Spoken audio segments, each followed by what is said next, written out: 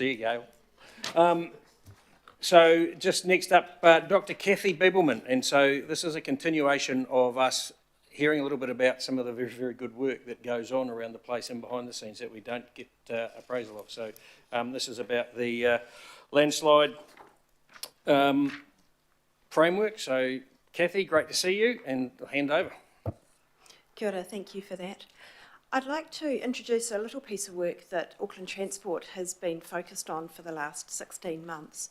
Prior to the Auckland anniversary and Cyclone Gabrielle flood events in early 2023, Auckland Transport had been focusing our resilience planning on our coastal assets, with a particular focus on understanding the impact of climate change hazards on the resilience of assets such as wharves and seawalls, and working collaboratively in that space with Council through the shoreline adaptation planning.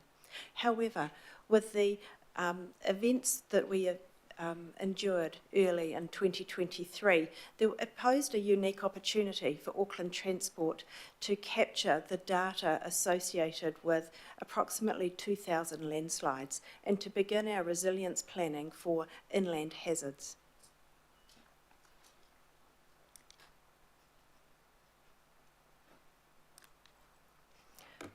So the events within a fortnight created underslips, overslips, and just a whole lot of slips on the road network around the Auckland region, but particularly in the north and west of the region.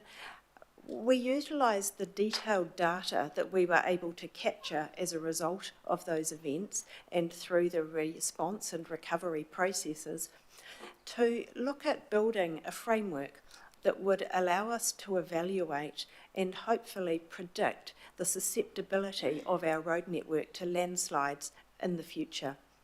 So utilising 23 very detailed site assessments, we built a framework.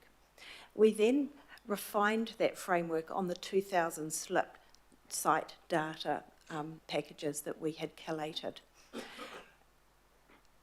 The assessment in that framework relied on about 30 different parameters. The obvious ones, of course, being vegetation, slope angles, soil, soil saturation, geology, that kind of thing, vegetation. But there were up to 30 different parameters that we focused on building into that framework.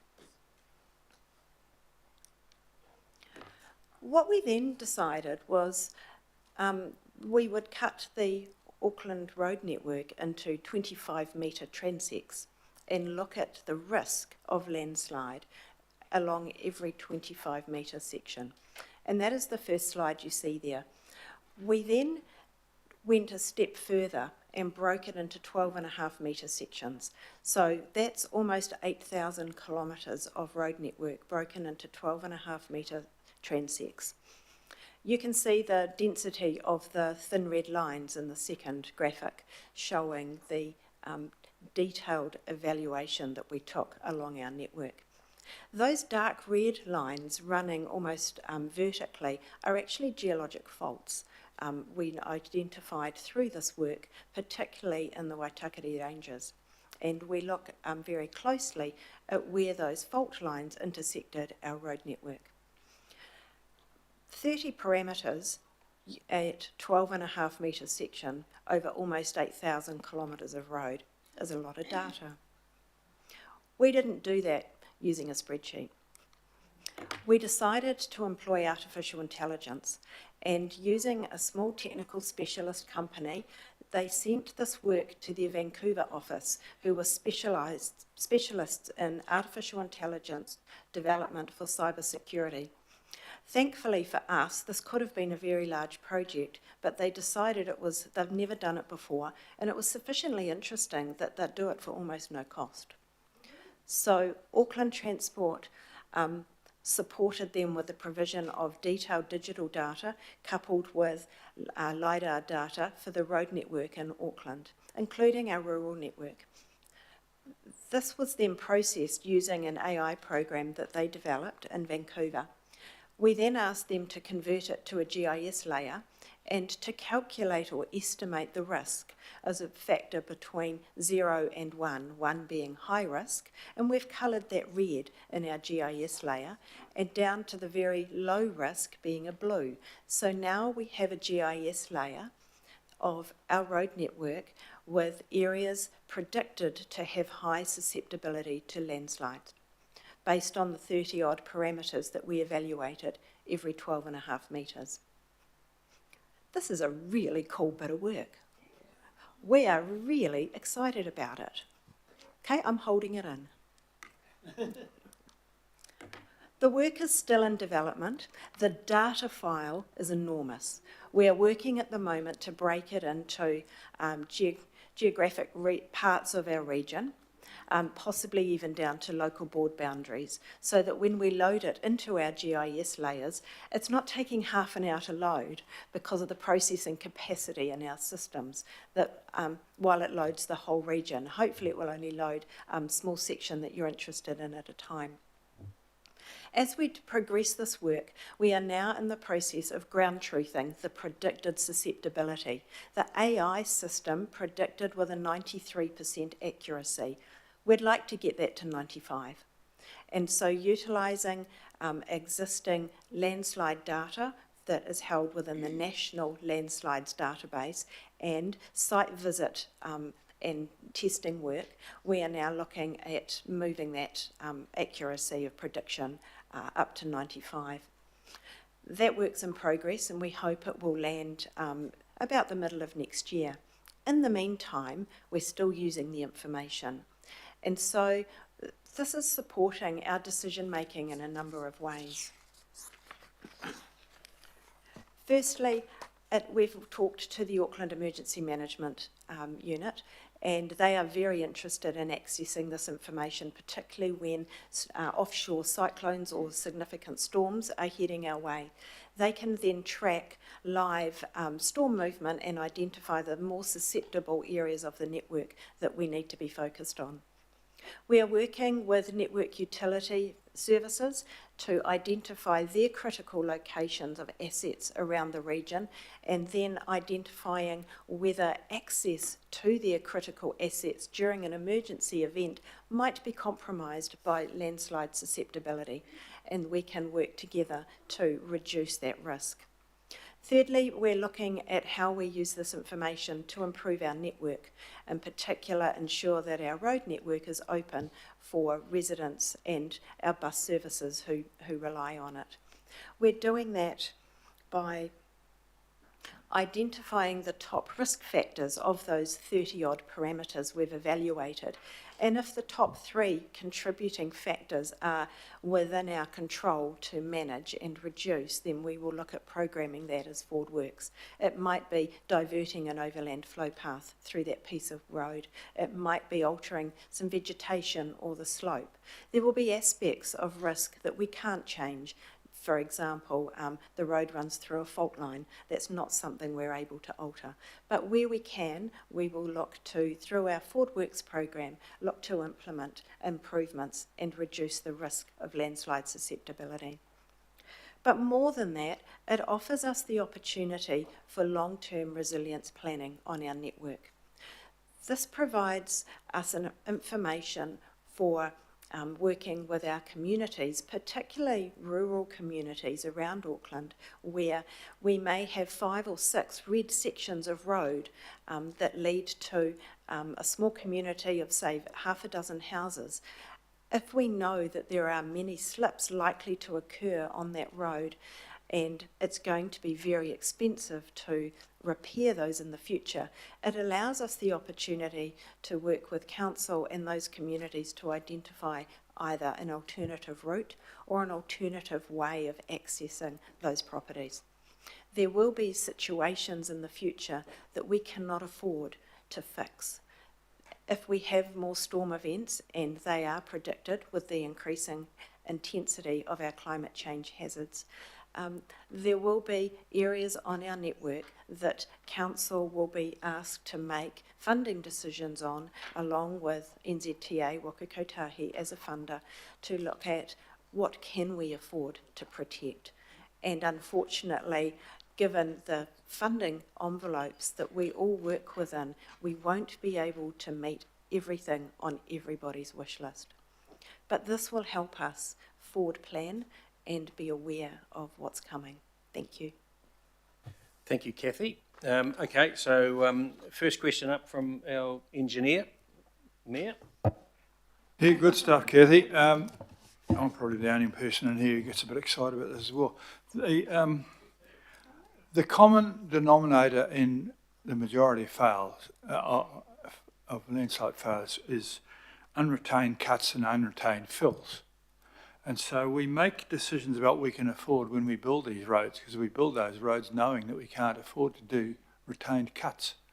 And so we're already making these decisions. And so I was wondering whether or not you either have maps that list unretained cuts and unretained fills on your roads, and if you don't, how that correlates with what the AI is producing. Because AI is brilliant, but sometimes it's wrong. And there's nothing like, so I'd like to see a comparison, if you don't, of unretained cuts and fills. And people need to be thinking that we are making decisions when we build these roads that increase risks. When you have an unretained cut, you know it's got or an unretained fill, you've highlighted the opportunity for something to go wrong. But we've done that at a cost of availability of the road, at least for most of the time.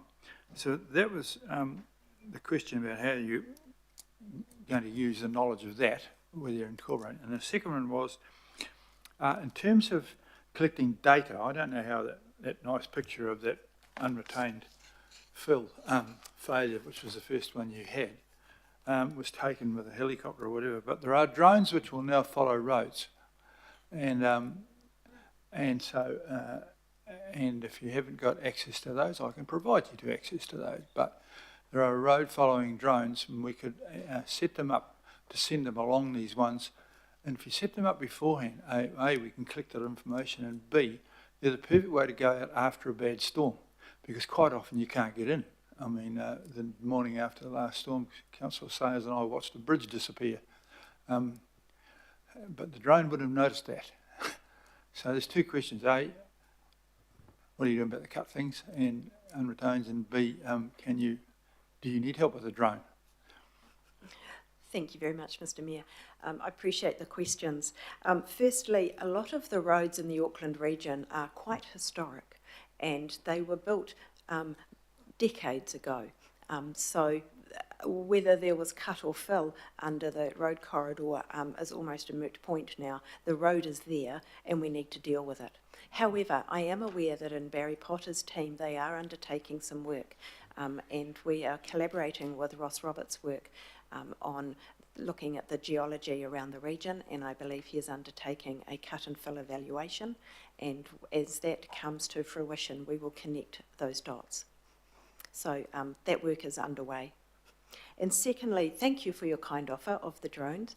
I no doubt we will take you up on it should we need to in the future. We also have a lot of satellite data that is available through some of the wider work that is happening through council, and that has satellites passing over fairly regularly, and we're able to track changes, particularly horizontal movement in the road network through that satellite data. So we're looking to bring that into ground truth, some of the predicted locations as well. Okay, thank you. Now to our farmer, Ken. Thank you very much. Many of the public and myself are sceptical whether this is going to lead to more, better, proactive maintenance or none, less. And you'd already pointed out when you spoke before that we won't be able to do all this work.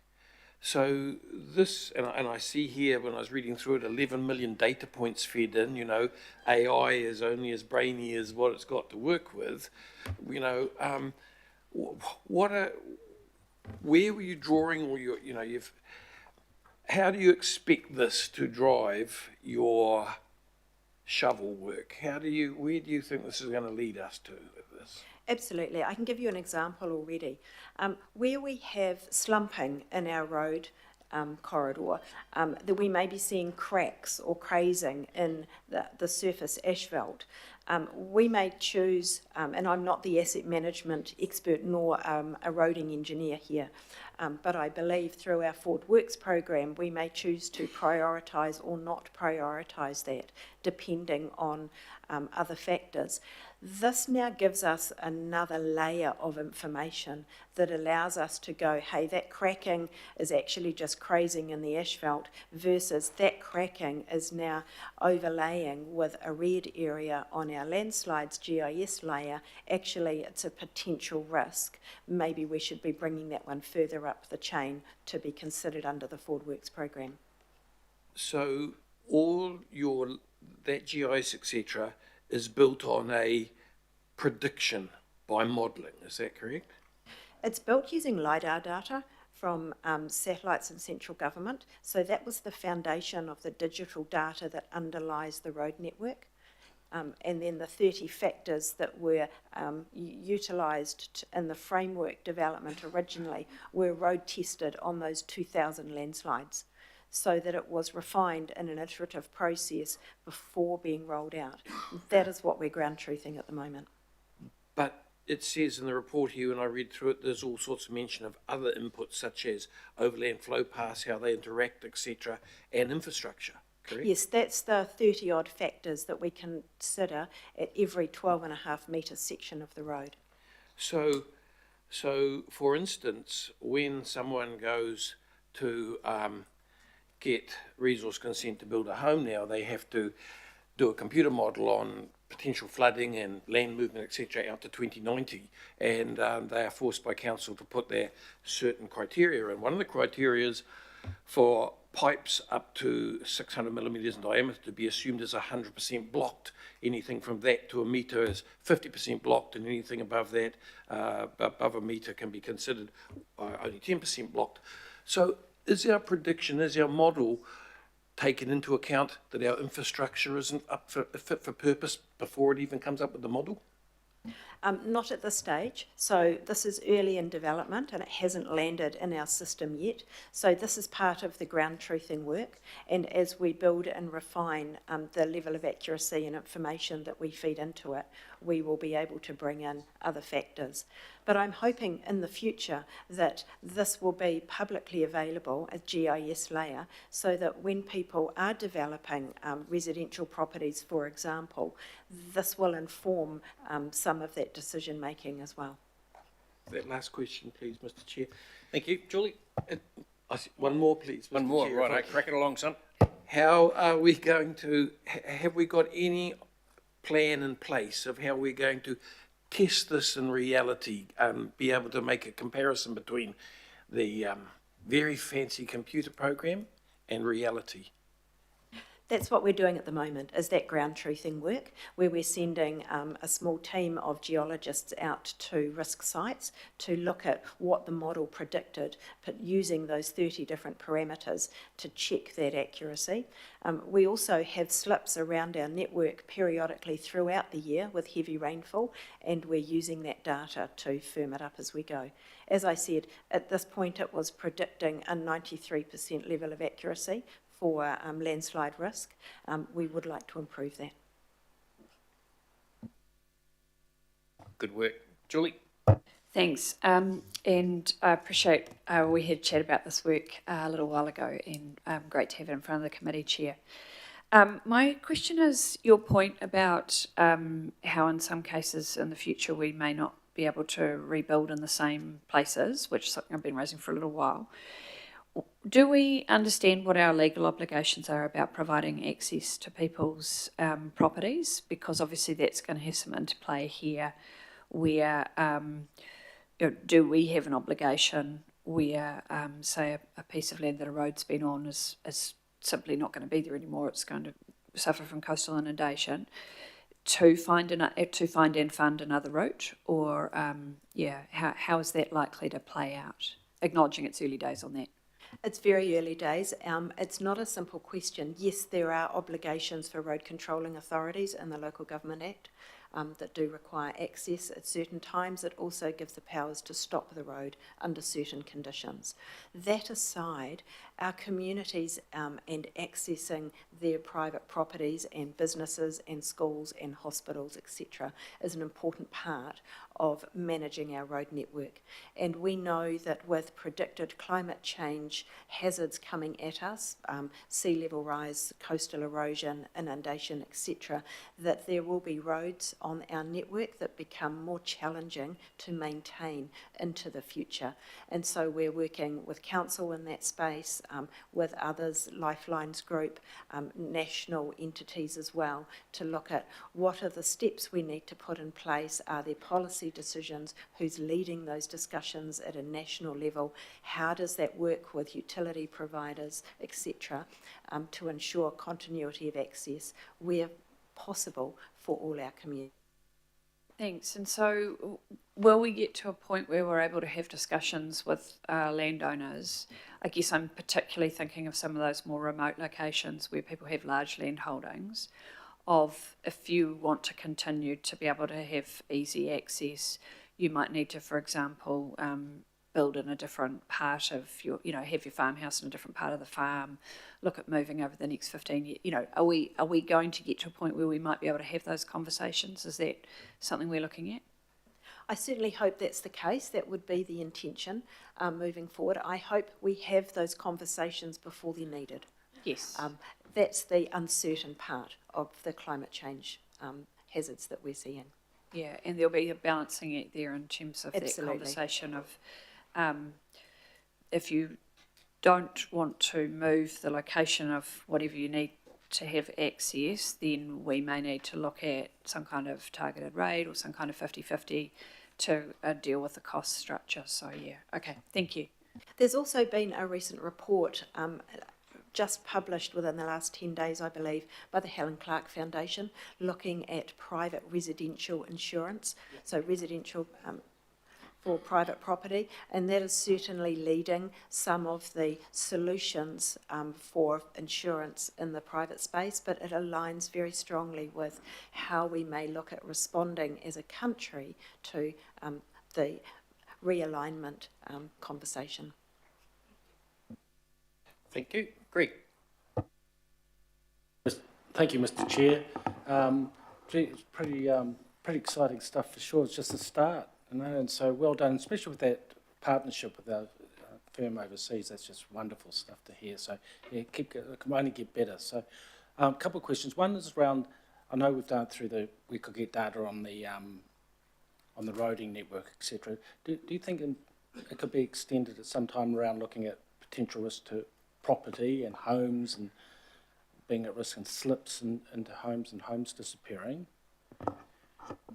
I'd certainly, once we have firmed up this GIS layer and got the information back in-house, it's something we want to make more accessible to some of the council staff, and if they would like to extend that work into a private property, then they're most welcome to look at that. As a road controlling authority, we're focused on the road network as the asset that we are responsible at this point, but there's no reason why it couldn't be extended.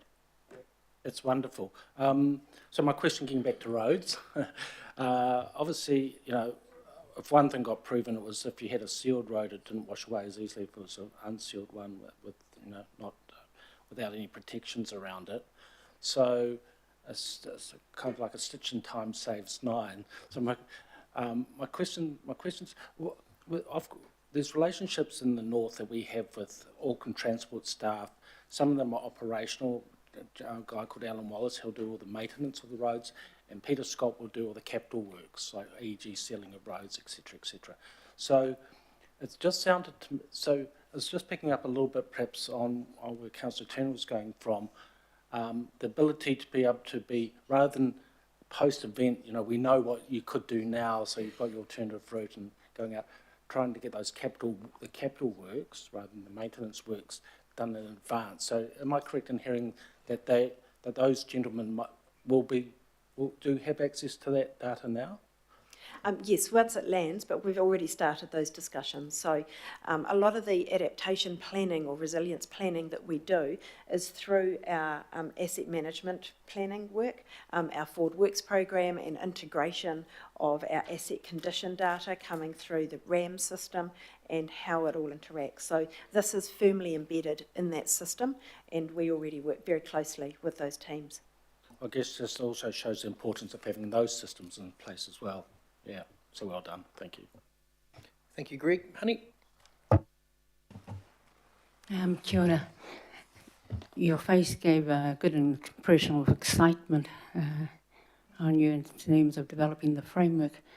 What I never heard was engagement directly with a cultural lens around that, unless you never identified it within the 30 parameters.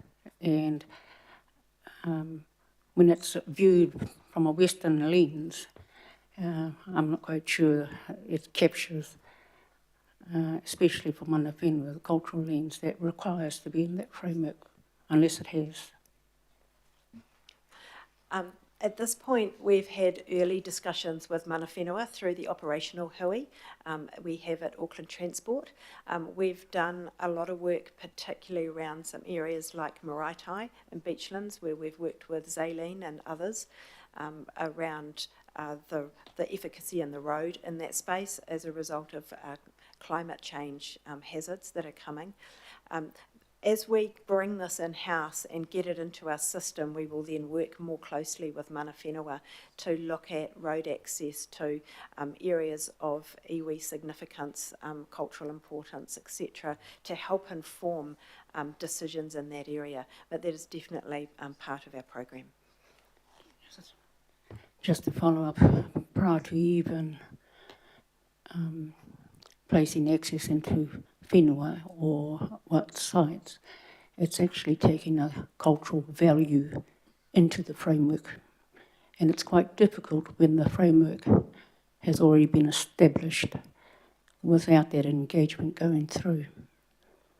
So I take note that you've had initial discussions, but you're placing a Western space back on to mana whenua again. I understand your concern in that space, and while the framework that we have developed and rolled out using AI is purely technically focused at this point, there is an opportunity to broaden it to bring those values in. We're doing a similar piece of work at the moment with mana whenua to walk through the task force for nature-related financial disclosures, taking what's deemed to be a very Western framework, and we are working with the External Reporting Board and mana whenua in Auckland to bring a much stronger te ao Māori lens to that space, and I am hoping that we will be able to connect those two pieces of work as we bring them together. Can I have just one more follow-up question? Again, it's mātauranga Māori that's required, and it's actually quite disappointing to continuously battle to place mātauranga Māori as a priority or one of the 30 within there, not a second place delivery. Tēnā koe. Kia ora, I'll take that point on board. Okay, thank you. Searching for a mover and a seconder. Thank you, Desley and Richard. Okay. Thank you, Kathy. Great to see you again. Right, comments. We've got Desley. Very quickly, Kathy, one of Auckland Transport unsung heroes. Long may you continue to do this work. Special shout out for getting all the work done offshore at very little cost to us. That's an extra bonus, but a very exciting piece of work, and I think as a result of what you're doing, we'll be far more prepared in the future. Well done. Richard. Kia ora, Chair, thank you. And yeah, just thanks, Dr. Kathy. I know you're doing a huge amount of work, not in this space, but environment and climate and resilience, and the work you're doing with the shoreline adaptation team and Ross and team is really fantastic. And I do want to back up member Renata Honey for how we incorporate more mātauranga Māori practices into this, because, you know, you look back over lots of what happened during the floods at least, and we were warned for a long time of where to put things, not put things, and the discussions around water, it's clear that our awa took back where they used to run, and we put infrastructure in the way. So more of the discussion with mana whenua long-term for planning would be good as well. But just want to acknowledge this work. It's really, really important and will help us save money, but also save the environment. So kia ora. Thanks. Richard Kent. Thank you very much for all your hard work. However, I'm not quite as convinced as everybody else, and I just felt that on behalf of the people I represent, I need to pass that on. There's a lot of water, excuse the pun, to go under the bridge before we've tested these technologies to achieve what the people want out there on the roads. I hope we get there. Thank you. Thank you. No more comments? All right. Thank you, Kathy. I'll put it, those in favour say aye, and against, carried. Just need to